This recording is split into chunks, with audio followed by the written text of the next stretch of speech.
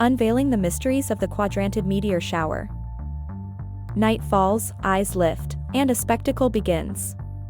The Quadrantid meteor shower, a cosmic wonder, lights up the dark canvas of the sky. This celestial event is unique, not just a random sprinkle of shooting stars. It's a concentrated burst, an intense meteor shower that originates from an asteroid.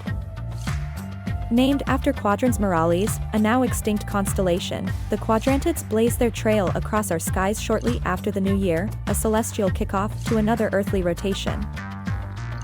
How does it happen? As our planet orbits the Sun, it crosses the path of asteroid 2003 EH1. This collision course with the dust and debris left by the asteroid creates the Quadrantids.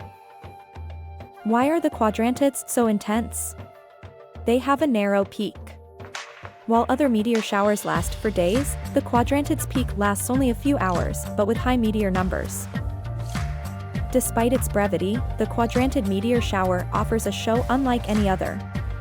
It's an annual reminder of the dynamic, ever-changing universe we are part of. So next time night falls after the new year, look up. Witness the Quadrantids, a cosmic spectacle, and marvel at the intricate dance of our universe.